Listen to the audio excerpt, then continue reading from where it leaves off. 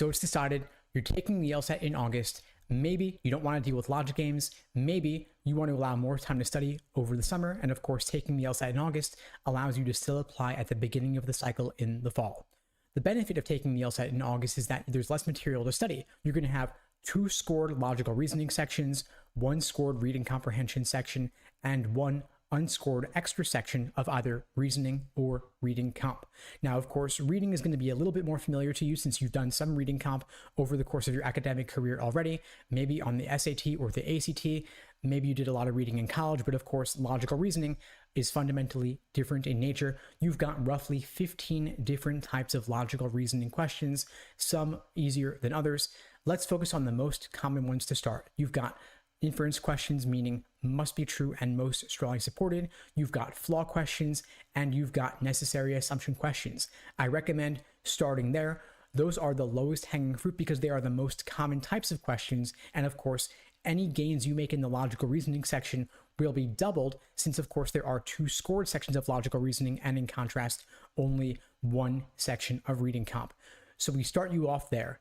My framework for creating any LSAT study plan is called the LASER approach. LASER is an acronym standing for Learning, Accuracy, Sections, Exams, and Review. So we're starting with the learning phase, building a solid foundation, getting the fundamentals down in each type of logical reasoning question. Again, you've got inference, flaw, and necessary assumption as the most common types of logical reasoning question. You may want to read LSAT prep textbooks or watch course lesson videos. At LSAT Unplugged, we give you short bite-sized videos as a quick introduction so as not to overwhelm you. Then, once you have a solid understanding of the different question types and the proper perspective from which to view each, we will move on from the learning phase to the accuracy phase.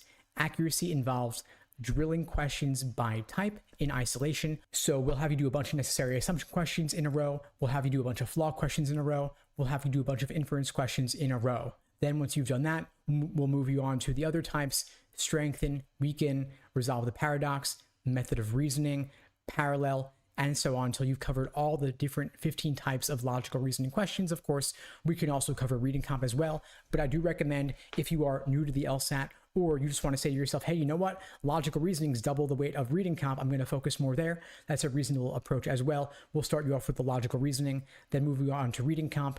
Once you've gotten a solid foundation and you've drilled each type of question, we move you on to the third phase of the LASER approach, S for sections. You're doing full-length timed sections with the grab bag mix of different logical reasoning questions, for example, to work on your pacing and help you improve your ability to deal with all the different things they're throwing at you one by one.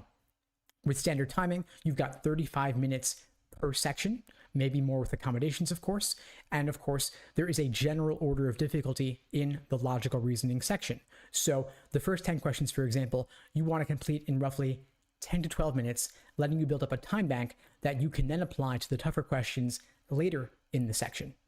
So you go fast on the easy ones, you slow down for the tougher ones, since of course everything's worth the same. We always want to work on the easiest questions first, lock up those points with the lowest hanging fruit, then give yourself more time for the tougher questions that truly need it.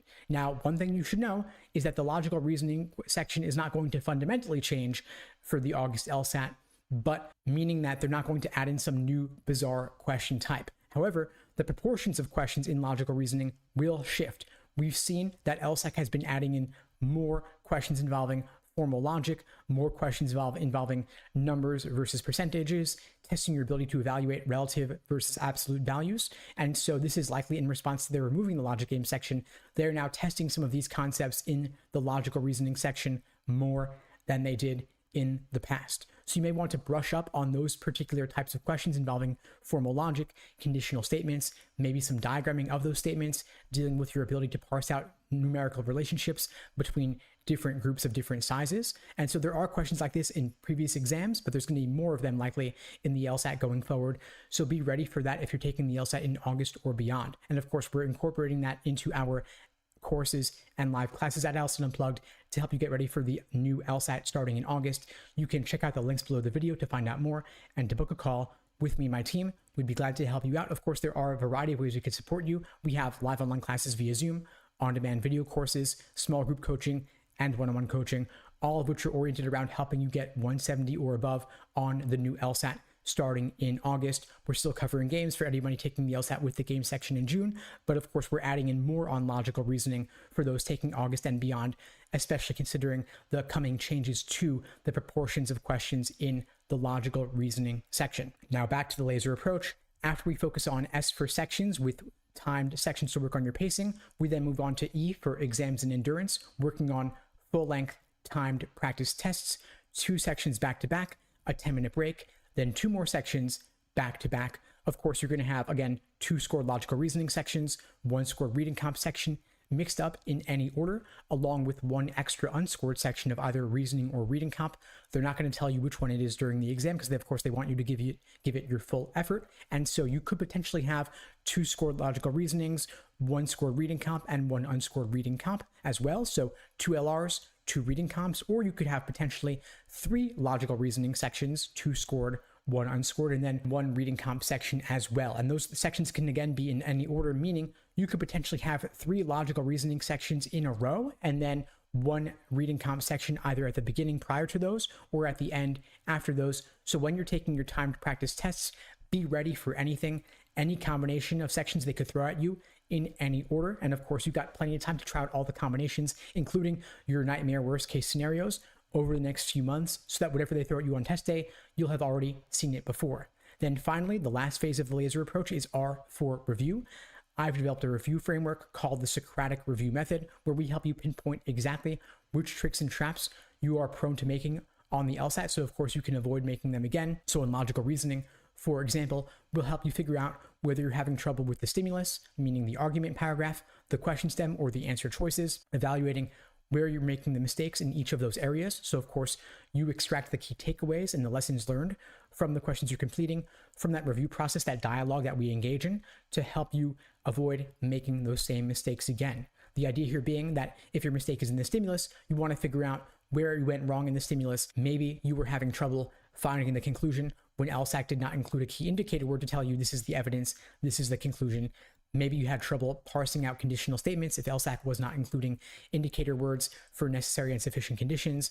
Maybe your mistake came from the question stem if they used unfamiliar wording, or maybe your mistake was in the answer choices, tempting wrong answers, unappealing right answers. We help you figure out what about the wrong answer choice made it tempting for you, and what ultimately made it wrong, and what about the right answer choice made it unappealing to you, and what ultimately makes it correct. So in other words, you have these traps of encouragement towards the wrong answer and traps of discouragement away from the right answer. And the point of taking these practice tests, these full-length exams, is not simply to measure yourself. It's to give you the opportunity to get difficult questions wrong so you can determine which questions do you get wrong.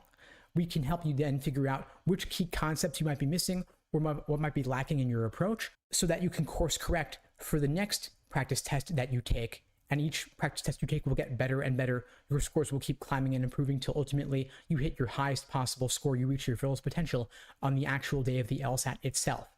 Now, if you'd like my help in crafting your personal study plan in the lead up to the August LSAT at LSAT Unplugged, we give you all of our students a personalized day-by-day plan covering exactly what you should be doing every single day over the course of your prep, which practice problems to complete, which videos on our platform to watch, when to do questions by type or timed sections, or full-length exams in the lead up to test day.